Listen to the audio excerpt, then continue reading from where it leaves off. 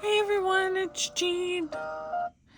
I'm just stopping by to show you a little bit of what I'm doing with my journal. So I did adhere the envelope that we made yesterday to the back part of the journal. Now, because I just tacked it here with green X's, you can also use this kind of like a hiding space if you want to. So that's what I've done so far. And then I found this really nice, it's like a kind of like a corduroy. I didn't recut the size of it. I left it, kind of wonky there. And on the front, I put a tea bag, and it is a little pouch, so you can put tags in there. I am going to put something on it, though, because it reminds me of a t-shirt, and I need to do something so it doesn't remind me of a t-shirt. And then on this side, I found this piece of ephemera, real ephemera. It says fine crochet edges, and what it was like a piece of edging that was wrapped on a card, and then this was over top of it. So I just had this piece left, and I added it, and then I put this little purple piece here to kind of hide the stitchings from the tea bag. And this is kind of like a garland, and with the flower in the middle. So right here on this page, I've left it blank, but I'm going to come up with a way that I can add some journaling spots in here. So this is a pocket. It's a little fragile, but I think it'll hold up fine. And you can put things in here. But the whole idea of this journal is to try to keep it shabby and in a way that, it's kind of a whimsical thing that things don't have to match up and they don't have to be perfect. Something I wanted to try today is I found these bracelets in my jewelry stash, and this is the blue one. And I cut it, and I kind of like the blue one, and then I found the purple one. But I think I'm going to try the blue because I have these little floral sequins, and I'm going to thread them onto the needle and thread all the way down. And I had to use a pretty tiny needle for this, so let me just make sure. I think the thread. Okay, I think it's okay. And then, because the hole on these beads is so tiny, I need to get myself some beading needles, and I don't have any right now.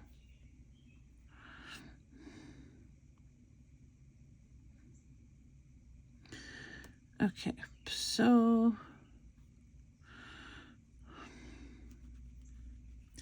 this one doesn't want to go down over the head of the needle.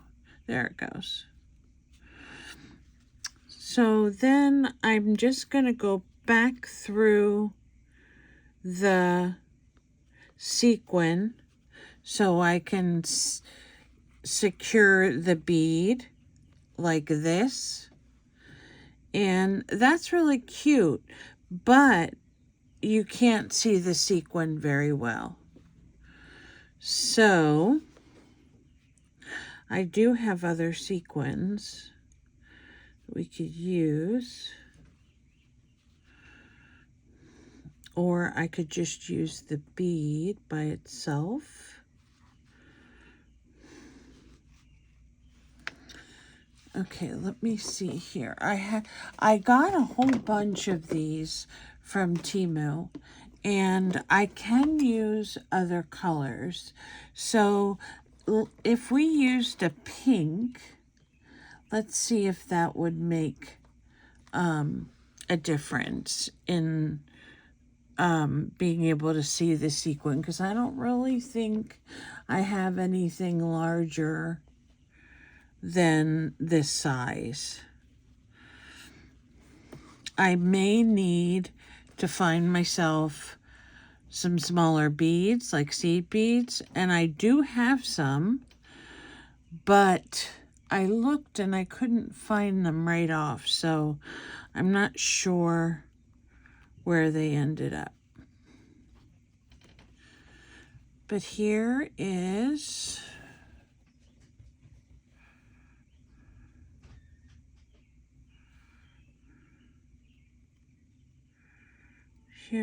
the sequin like this. Maybe this is what I'll do, is just make it like a little flower and put the bead in the middle and then a flower. That would look cute. So I'm just going to go through the middle at each one of the petals so that I can secure this down.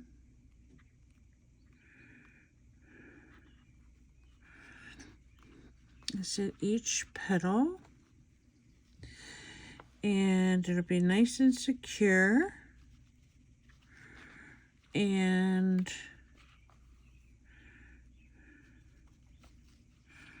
there, that looks really nice, and it helps to secure what's on the other side of the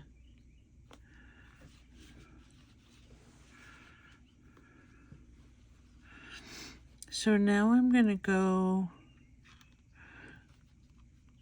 down a little bit farther, and I'm just going to add a bead this time.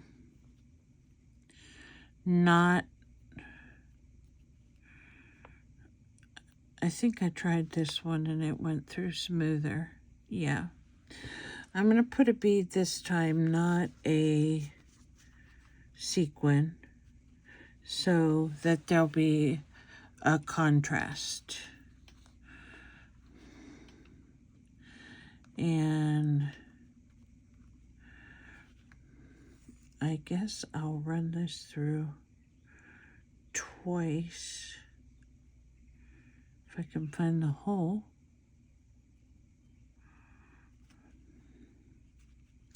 So that it doesn't move. So there we have a sequin and a bead, and I like that. That looks really cute. So I'm going to continue down, and then I think I'm just going to stay with a pink sequin instead of mixing the colors. And this one right here, try to keep them evenly spaced. And to me, this is the really fun part of slow stitching, when you get to add these extra little elements that make it so cute. Make it look like, enhance your design a little bit by putting on some other elements instead of just slow stitching by itself. I mean, I love the plain slow stitching, but but I really like the idea of adding sequins and beads and buttons and any other treasure or unconventional item that you have that you think will look interesting in your projects. So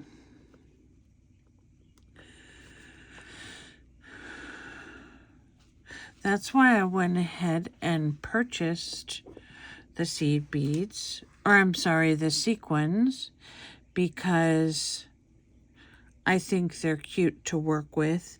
And as long as you have the right beads, you can stack them. But I don't have the right beads for this right now. I mean, I have them, but they're not with me, so. And I need to get a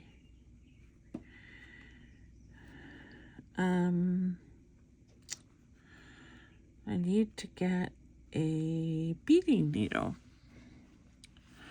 So I hope you all are seeing this. My friend Caroline told me that my last two videos, it was hard to see. So I do apologize for that. I hope you guys are able to see this one. As soon as I get this bead in, it's being contrary, I will show you how I put this in.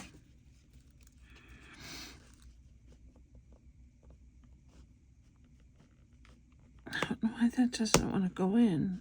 And of course I broke the needle. Okay, so that's going to be all for, I'm going to have to pull that out with the pliers. But just so you can see, just starting there, sequin, bead, sequin, and then I'll have to clean this mess up here. Let me just chop it off.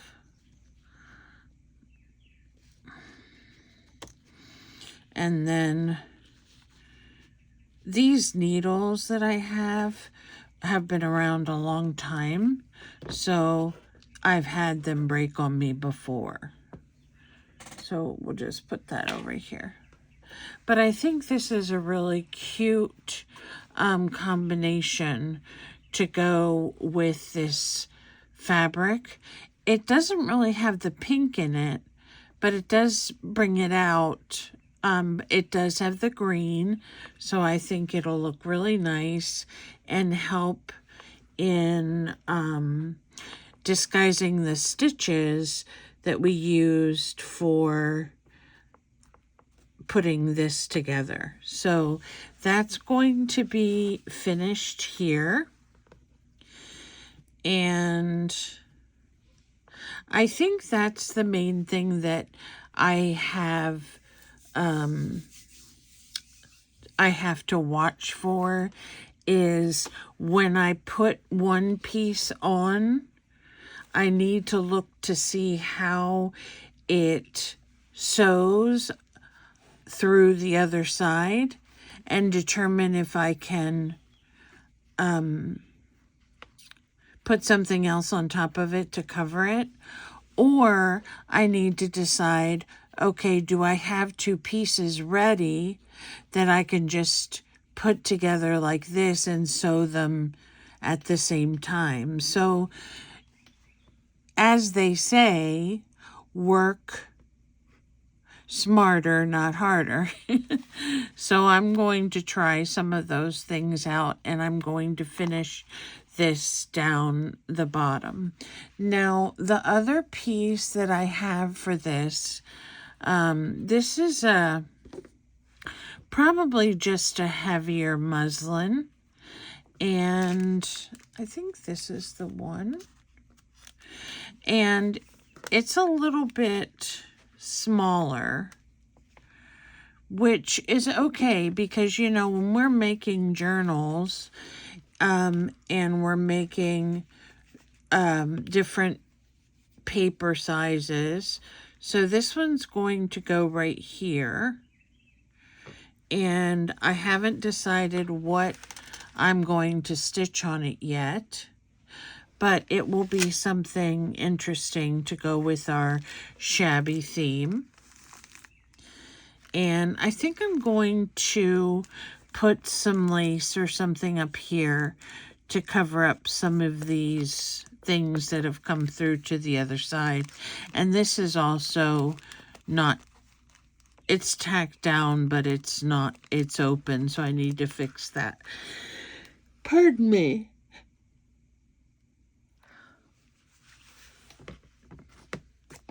Another thing that I was thinking about for this journal, and I had done this the other day, where you take book paper and you create images on it, and then you can paint them, or you can watercolor them.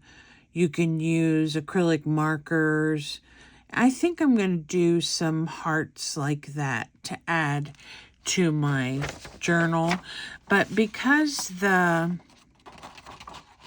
book paper is a little bit flimsy, this is pretty sturdy, I'm just going to back it with some cardstock after I get done painting and doing a little bit of mixed media on it.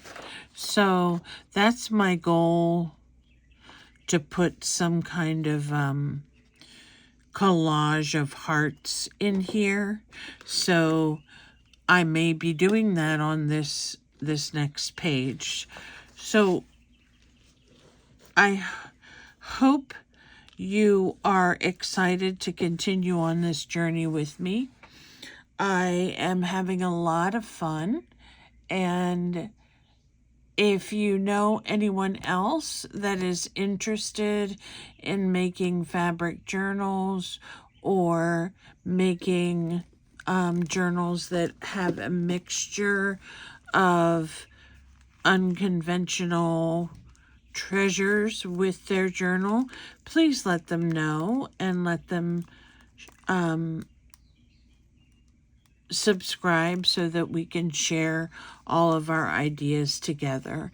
So thank you so much, and I hope you all have a wonderful day. Bye for now.